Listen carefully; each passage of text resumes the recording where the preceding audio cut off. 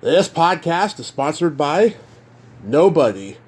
Hey dudes, welcome to Splat from the Past, the only 80s themed horror and sci-fi show where things can get totally radical. Now today I will be welcoming back the awesome Staci Layne Wilson, the gorgeous, the talented, the once again awesome.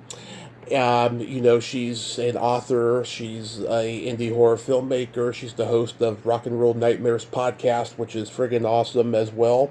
And we are going to nerd out on Women in Horror Month. We're going to talk about, some monumental horror films that have the most awesome final girls and scream queens, and I can't wait. I thought this would be a great way to kick off Women Horror Month for February, and it's going to be awesome. Staci is like the big sister I wish I had growing up, She just loves horror and gross stuff and, funny stuff, and I can't wait to have her back on. Like I said, it's February. It's Women in Horror Month, so this is going to be an awesome month indeed. I've got horror movie actresses coming on and holdovers from January, not in the horror arena, and hopefully I'll get some romantic comedy people as well for Valentine's Day. And it's going to be pretty awesome. So yeah, here is my new interview with Staci Layne Wilson.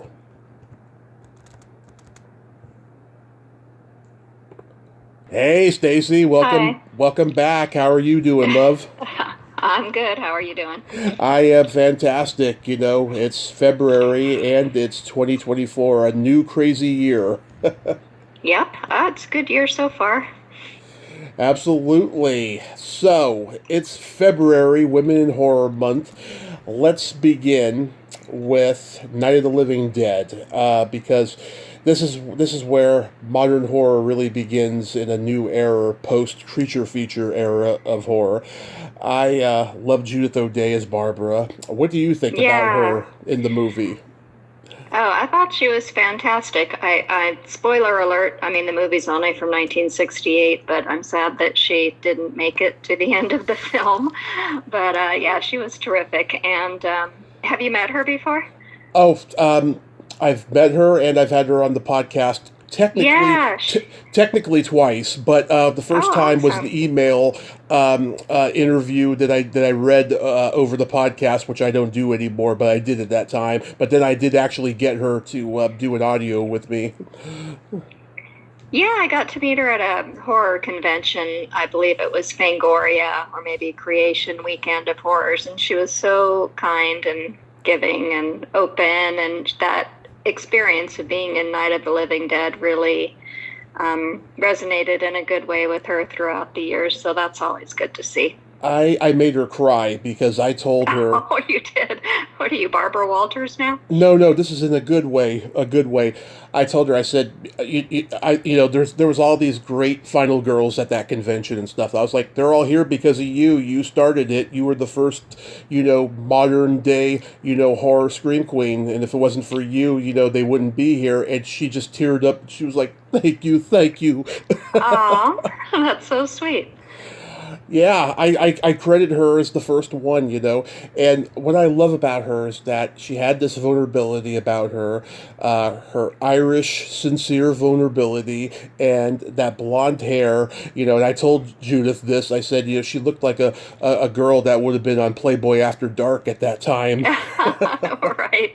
Yeah, yeah, indeed. And yeah, I mean, I guess, sacrifice to her brother was just, it was, I think what Night of the Living Dead kind of has is that sort of heart and feeling to it that some of the slashers to follow didn't have. With There were more tongue in cheek. This is more of like a real dilemma and drama with a lot of course, socio-political overtones and undertones. So it's definitely a landmark film. Yeah, and also too is groundbreaking for having Dwayne Jones in it, the first man of color in a horror film, and Yes. and that's another great thing about Barbara is that she's inclusive, and even in this scary situation, it was pretty controversial and awesome, in those days. Absolutely. Did you think Patty Tallman did a good job in the 1990 remake? Oh yeah, I mean, I think all the remakes are great. I think Dawn of the Dead is probably my favorite one. But yeah, I'm not, to be perfectly honest, I'm not a huge zombie movie fan, although I did direct a zombie movie. But so I can't really, speak to all of the films in great detail. But you got to hand it, of course, to George Romero for transforming the zombie genre, because prior to that, they were usually Haitian zombies, from the Val Lewton era with the black and white films. Back in the day, like in the 40s and 50s, which was totally different kind of zombie than what George Romero brought to life. What was it, a zombie movie that you were directing for a friend who wrote it? No, I was asked to write a zombie movie. Yeah, it was. It's called Cabaret of the Dead, and it came out a few years back through. Cabaret of the Dead. I like that. Yes, burlesque girls versus bloodthirsty zombies. So yeah, it was fun. It's a zom-com, as I like to say. I'll check that out. Yeah, Yeah, I yeah, it's love it on. when old theater slash cabaret is mixed in with horror. Oh yeah. That's why I love Herschel Gordon Lewis and Joel Reed and stuff like that. Yeah. Yeah, and wasn't oh gosh, I'm trying to remember her name now. Jenna Jameson. She was in one called Zombie Strippers or something like that with Robert Englund, which was a lot of fun. Yeah. Oh, that's awesome. Next is Marilyn Burns in Texas Chainsaw Massacre, which turns 50 this year. Um, Yeah, hard to believe.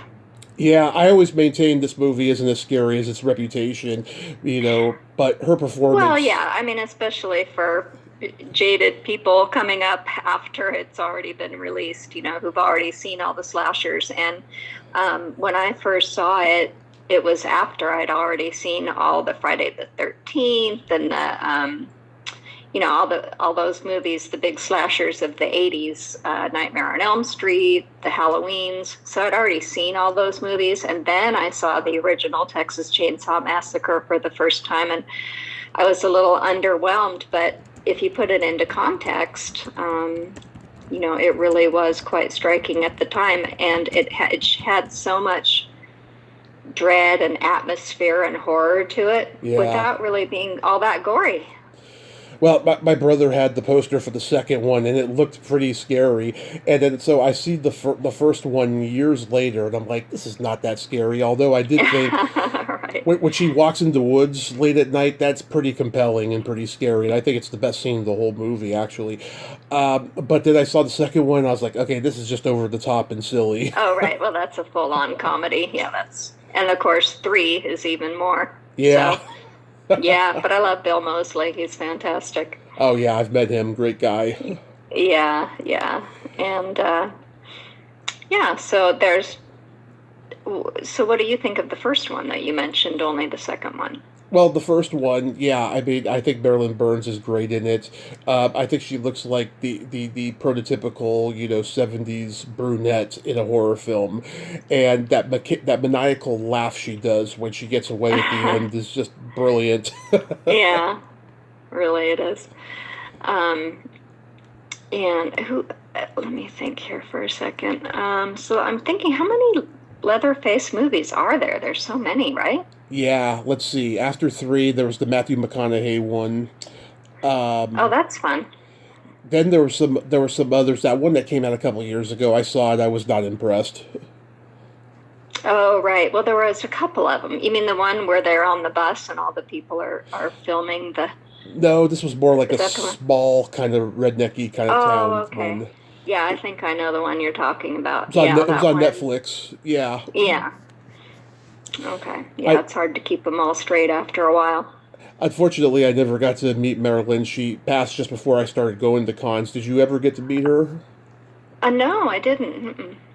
Yeah, I never got to meet Gunner either. But I have interviewed Terry McMinn, Alan Danziger, Ed Neal, and John Dugan. So Oh wow, yeah, those are all good ones. Yeah, I did actually meet Gunnar Hansen a few times and got to interview him. Very nice person. yeah, I, Not I, like most people in horror. Yeah, it's funny. I met, or no, when I first saw Hollywood Chainsaw Hookers, right? I didn't know that that was Leatherface when he's the cult leader of the Chainsaw, hooker cult. you know, That's hilarious. Oh my gosh. because I didn't know what he looked Yeah. like. You know. Uh-huh. Right. Yeah. Who knew? I mean, he had leather on his face. Next comes Halloween, and Jamie Lee Curtis. Need I say more? She is the ultimate slasher scream queen. Really, exactly. Yeah, she really set the template for I think the final girl, right? I mean, the final girl trope. Although Marilyn Burns, of course, in Texas Chainsaw might have been one of the first, but I feel like Jamie Lee Curtis really brought it into the mainstream, and the final girl tag is kind of hung on her pretty much. Yeah, I mean, even with all these great movies that she's done afterwards and winning the Oscar, I mean, everyone is just loving Halloween, you know? Yeah, I know. It really does stand the test of time.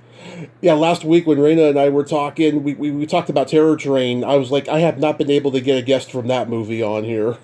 Oh, yeah, that's such a fun one. Did you see the remakes? I didn't even know there was a remake. There are. Yeah, I think they're on Tubi. Yeah, pretty sure they're on Tubi. Actually, the first one wasn't too bad. I haven't watched the second one yet, but they put them out simultaneously. Terror Train 1 and 2 remakes, and I think they're about 2 years old now. Okay, yeah, I don't have Tubi, so that's Yeah, probably okay. why. Yeah, one of the many free apps, I guess. But yeah, that's where you can also watch Cabaret of the Dead, so you might just have to download that. Okay. And of course, you got PJ Souls as Linda in Halloween, and she's a hottie as well, and another horror icon with Carrie. You Oh, know, absolutely. One of my all-time favorites. And of course, Rock and Roll High School, yep, Riff Randall. which is not a horror film, but yeah, Yeah, last Halloween, my boyfriend and I dressed up as PJ and Joey Ramone from the movie. It was really fun. yeah. I yeah, I love Rock and Roll High School, and I interviewed the president of the Beatles fan club, who was in the audience on the Ed Sullivan Show, Debbie Gendler, and she said her and PJ were good friends in high school. And she was in the club with her, so I was like, wow, she really was Riff Randall. Yeah, no, that's great. What a fun trivia tidbit to uncover. I had no idea. She told me. She's like, it's like nearing the end, and she's like, oh, I gotta tell you something. I'm like, okay, and she's like, it's like, I know you've interviewed PJ Souls. Yeah, PJ and I were friends, and she was in the fan club with me. I was like, really? That's fantastic. Yeah, you gotta love that baseball cap PJ has in that movie. Oh, yeah. And the satin jacket.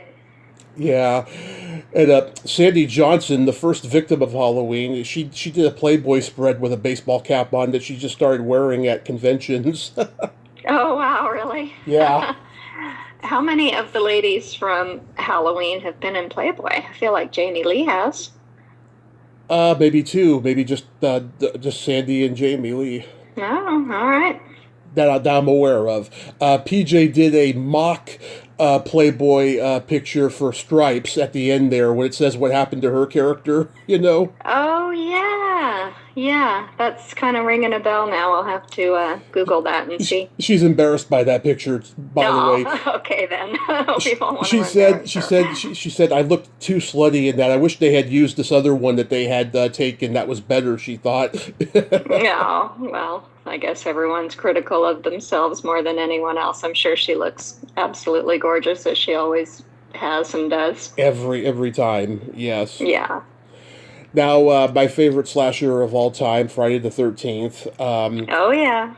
The first slasher I ever saw, and I got a huge crush on Adrienne King as Alice.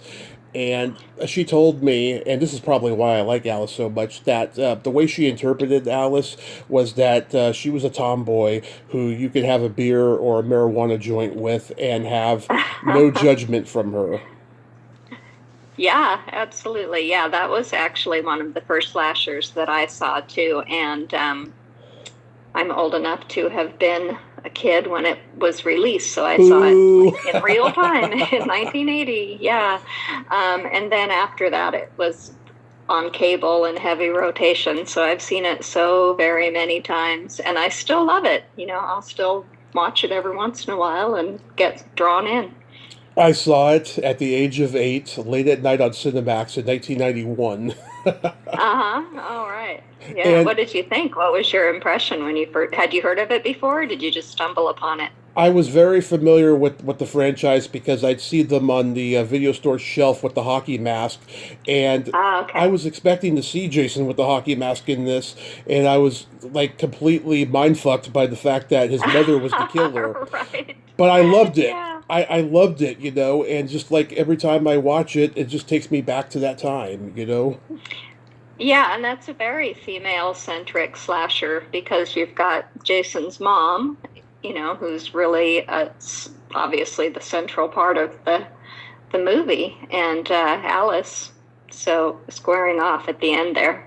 Another spoiler alert, but it's fantastic. Yeah, that part where they play strip Monopoly. Um, Oh, yeah. I told Yeah, it it. kind of reminds me of the American Horror Story, the 80s. What was it called?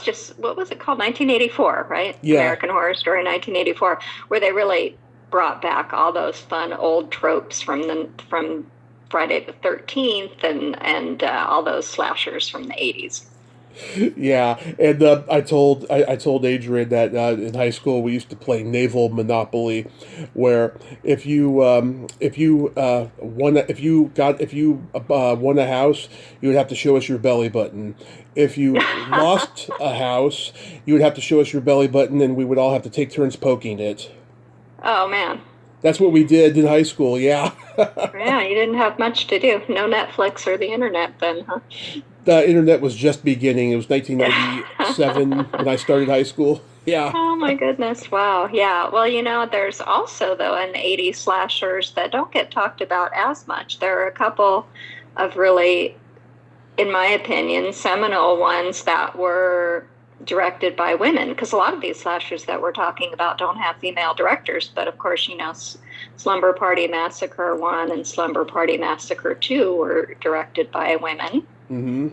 Oh yes, Amy Holden Jones. I actually tried to get in touch with her recently, and I think her email address doesn't work anymore or something, or I can't remember what happened. But hopefully, I'll make the connection. She directed a great movie right after Slumber Party Massacre called Love Letters with Jamie Lee Curtis.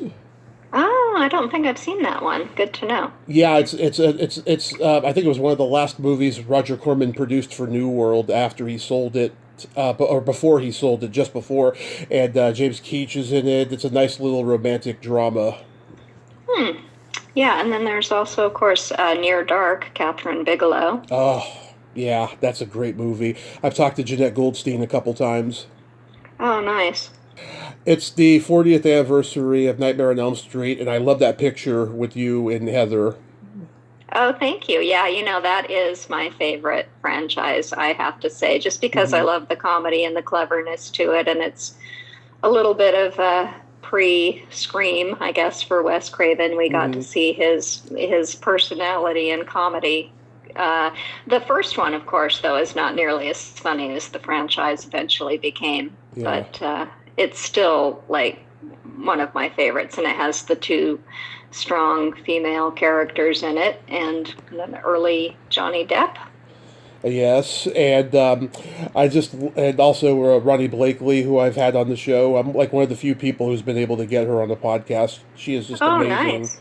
Yeah, Andros Jones is the other one, but yeah, she is one of my favorite guests I've ever had. She is just so wonderful, and yeah, I mean, I call Heather in this movie the quintessential '80s teen horror movie, scream queen, because she has touched so many lives of Fred heads across the world with this character.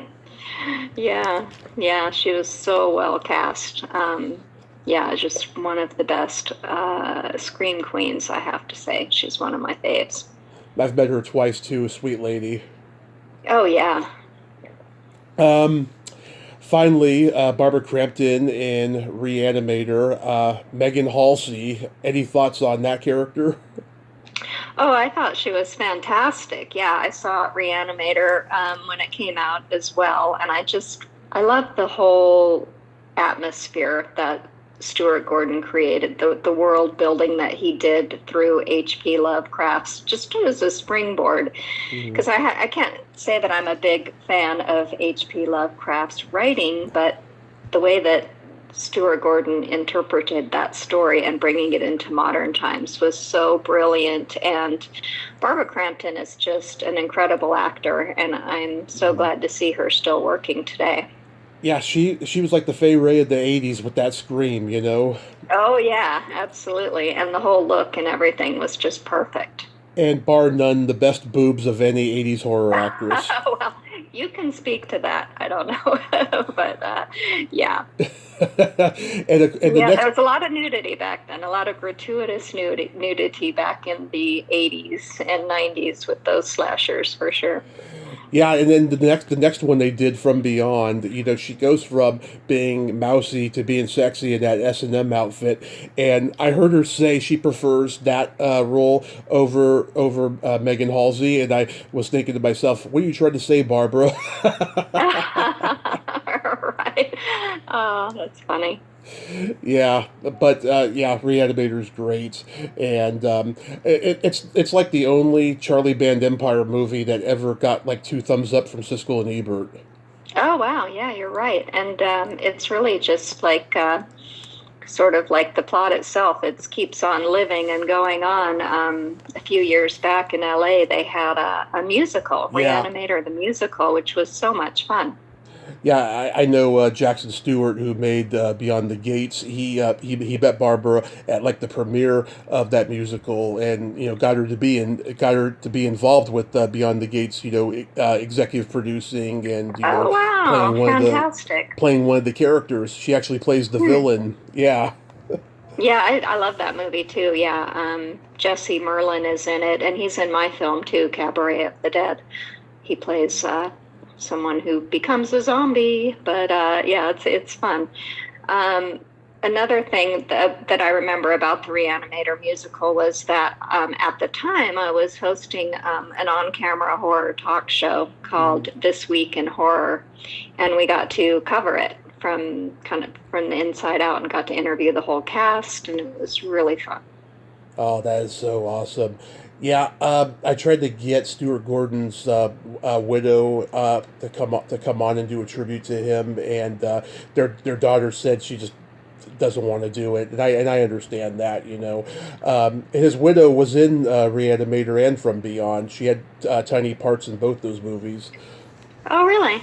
Yeah, and she used to do convention signings with the Reanimator and From Beyond casts and stuff. I don't think she does them anymore now that Stewart's gone. But Yeah. are there any scream queens that you had girl crushes on? Hmm. Well, I would have to say that Heather Langenkamp was one for sure. I also really enjoyed Patricia Arquette in the Nightmare on Elm Street 3 Dream Warriors film. Hmm. Yeah, definitely her. Also, I mean, kind of going back a ways, Jennifer Connelly in Dario Argento's Phenomenon was another one that I really enjoyed because she was a very strong character and she had that psychic connection with the insects that was always so intriguing. Yeah, I mean, Barbara and Jamie Lee and Adrian King for sure. Also Linnea Quigley, and yeah, just scream queens like that. And today I'm celebrating 14 years since I came out as bi.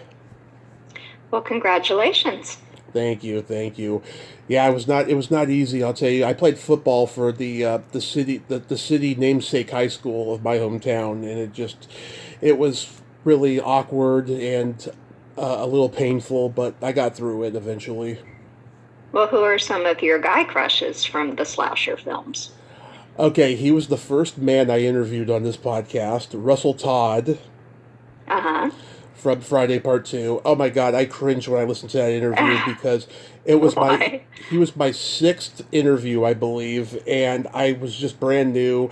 I just had my heart in my chest the whole time. It was awkward. Oh, well, we all got to start somewhere. You're definitely not awkward anymore, so. Yeah, but it just and plus he's like an agent now or something. I think he had Oh, a is he? yeah. So I think he had like in his head, oh, I would never send my clients to him. No, oh no. Oh, well, don't worry about that now. Oh yeah, Um, but at the time that was probably what I thought. oh, So every Thursday, you're on my podcast listening list for Rock and Roll Nightmares, oh, and thank you. yeah, and you've been doing some great shows lately. I loved hearing the May Pang one. I loved hearing the Steve Rosen one. Christy Alexander Halberg, who I had on recently. Um, Yes, and you did a great job on with her too. You oh, talked to her for I think like over an hour. You guys were really hitting it off. oh yeah, and we were both high. I was high on weed. She drank a little. Oh, perfect. It wasn't pre There you it go. wasn't pre-planned. We were just doing what we do, Yeah, beforehand. yeah. But I'm Well, looking. it's only noon here, so I'm not drunk or high, but in Yeah, solidarity, will maybe have a glass of wine tonight and toast you guys. yeah. I feel kind of bad for people who start drinking early. It's Right. Yeah, I've known a few. yeah. I'm looking forward to hearing Pamela DeBar tonight. I'm so excited that you finally connected with her. Did she know? Yes. Did she know who your parents were?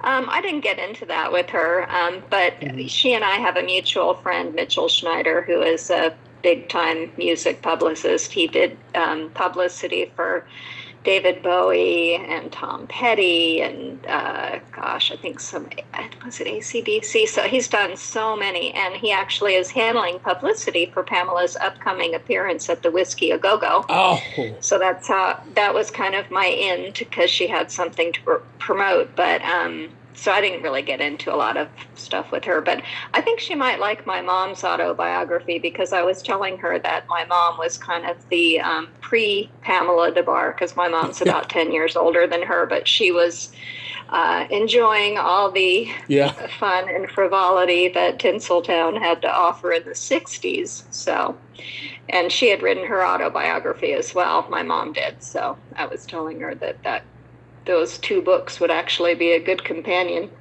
Yeah, I'm sorry that she passed away so soon into me starting the podcast because I would have reached out to her for an interview. Oh my gosh, you would have you would have talked to her for hours on end. She was so much fun and so um, just like Pamela, like Yeah, unapologetic, no Me Too or anything like that. I mean, she's like, I was in control of my own sexuality and my own autonomy, and she was really a great lady and certainly lived the life. I know. I'm exactly the same way. I'm unapologetic about my sexual past as well. And I say, if anyone misinterpreted it as Me Too type of stuff, I apologize if you feel that way because it was never the intention. Yeah, well, I mean, it was different times. I mean, especially way back then in the 60s and 70s, there was really not the same repercussions that would come along later in the 80s, say with AIDS or different, I guess, political Yeah. regimes, where it was just say no to everything. Are you gonna get Lori Kay on? I don't know. I think I might. Yeah, I will definitely reach out to her. I have so many shows that I have stacked up to do, but I've got a list of all these people that I want to reach out to.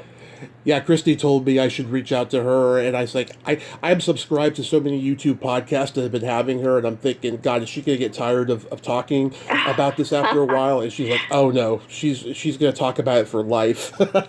Yeah, well, she has a book out, so I'm excited about Yeah. that. But yeah, I can't. Yeah, I have to read it first, so I'm not going to have her on like in the super near future. But she's definitely on the list. Did you think I did a good job with Ileana Douglas, even though the audio was shitty? Yes, I'm jealous. I want to talk to Ileana. She's always been one of my favorite actors, and I love her. Her Instagram posts are so much fun, and she's such a knowledgeable Hollywood historian. I thought your talk with her was fantastic. Oh, thanks. Yeah, that was another one where my heart was in my chest the whole time, I and bet. and I just Yeah. I and mean, her whole background with Martin Scorsese, or is it Scorsese or Scorsese? either or. I've always said, Okay, I've, I've heard him pronounce his own name a couple different ways, so I'm like, I don't know. I've But always, yeah, I mean, just her, well, of course, Cape Fear. I mean, it's just one of the most amazing performances. yeah, even though she's tired of talking about it and she wrote me I a bet. book, I thought that was very nice of her to give me that anecdote. And, I told her, how much I love it. And, I worked in the bar business, so she was authentic as drunk, Yeah. Oh man, that's great. So, do you have a new book out? I have two new books out, Tommy. Two books out last month in January. Yeah, they're both in the Rock and Roll Nightmares series. So they're books 8 and 9, and they're both short story collections of horror set in the rock world. So I'm really excited about those. And then I have a few more planned throughout 2024. God, you are one of the few people I know who have so many damn books out. I can't keep track. Well, it's just kind of, I've been writing books since I was a little kid. I would like hand write books and staple them together. So it's always been my thing. Yeah, Rena's like that too, and I have this friend Joy out in L.A. who has like one or two books out a year, and she's an indie Hmm. author, and I'm like, God, I don't know how you find time, especially with Rena and Joy. They both have their families and their kids and stuff. I'm like, I Oh, don't know, right. Yeah. I I don't don't know. have kids and I don't have a day job. So that certainly explains a lot of my time to devote to this. Yeah, well, Joy, she's got many jobs. She's a massage therapist. She does stand up comedy, and she does her podcast with her husband. I'm like, God, I don't know how you do it. Yeah. I guess she's just good time management. And last year, I saw that you posted you were doing a project with Bob Nelson. Oh yeah, I did do I did the commentary for brain donors. Oh, oh my God. Yeah. I did like a secondary commentary though, because there's a main commentary with Lee Gambin interviewing the director. But yeah, that one's out in April and it was really fun to do. Um, it was fun to revisit that movie actually. I think it's kind of an underrated gem from Yes. back in the day. Yeah. My dad took me to see the Rodney Dangerfield soccer movie Ladybugs, right? And there was Uh-huh. there was four people in the theater, and the trailer for Brain Donors played before, and we considered going to it because we love Bob Nelson because he was on Rodney's HBO specials, and we ended up waiting, I think, till home video or HBO or whatever. It was like, this is so stupid. It is. I mean, it's just stupid fun, definitely. But just the chemistry between all the actors in it is just, I think, something that you can't force. It's just kind of magic on set, and I think they did a fantastic job with it. And I'm excited for kind of a new generation to discover it. And I was able to uncover some trivia tidbits about some of the filming locations and things. So that was fun for me to do because I learned a lot too. Yeah. How many rats do you own? Oh, rats. I have two rats, Danielle and Dominique, and they are named after the sisters from Sisters, the Brian De Palma movie. My brother had a rat when I was a kid, and our cat jumped in the tank and tried to eat it, but Oh, no. my brother grabbed the cat and pulled her out and stuff, and then always kept the lid on. It never happened Yeah, again. definitely. Yeah, well, yeah, my rats live the good life. There are no cats anywhere in sight, and they get all the pizza and French fries and love and kisses that they want. So they are happy, happy little rats. Yeah. I got a couple jokes for you. Hmm. One is a dead babies joke. Okay. Okay, there's a truckload of dead babies. What's worse than that? The live one at the bottom trying to eat its way out. Eesh. Okay. Cannibal babies. Got it. Yeah, What's the other one? That yeah. actually sounds like a great name for a rock group. Cannibal babies. Cannibal babies. Oh, that would be a great one. Um, why did the blonde have a bruised belly button? Hmm. Navel grazing? I don't know why. I like that. No, no, no. Because her boyfriend was blonde. Oh. Oh no. Okay, I get it. I got the visual. Yeah, I told that to someone the other day, and she's like, I don't get it. I'm going to ask one of my girlfriends because I'm afraid to know the answer on this podcast. Oh man. Stacy, I love your laugh. It's so deviant, and I love you. Thank you for coming back on and nerding out with me today. Ah, And love you too, Tommy. Thank you so much for having me back on. yes, and I'll see you on social media. And Absolutely. keep on, keep on. Oh yeah, you know it. Okay, hon. Bye bye. All right. Bye-bye. Well, there you have it. Stacy Layne Wilson. Oh, God, you gotta love her. She's so friggin' awesome. I can't say enough about her. She is just awesome. Go listen to Rock and Roll Nightmares on Spotify and, Apple and all the podcasting platforms, and read her books as well. She's got a website, stacylanewilson.com. Well, until next time, this is Tommy Throwback Kovac saying there's no shame in living in the past because the present sucks. Later, dudes!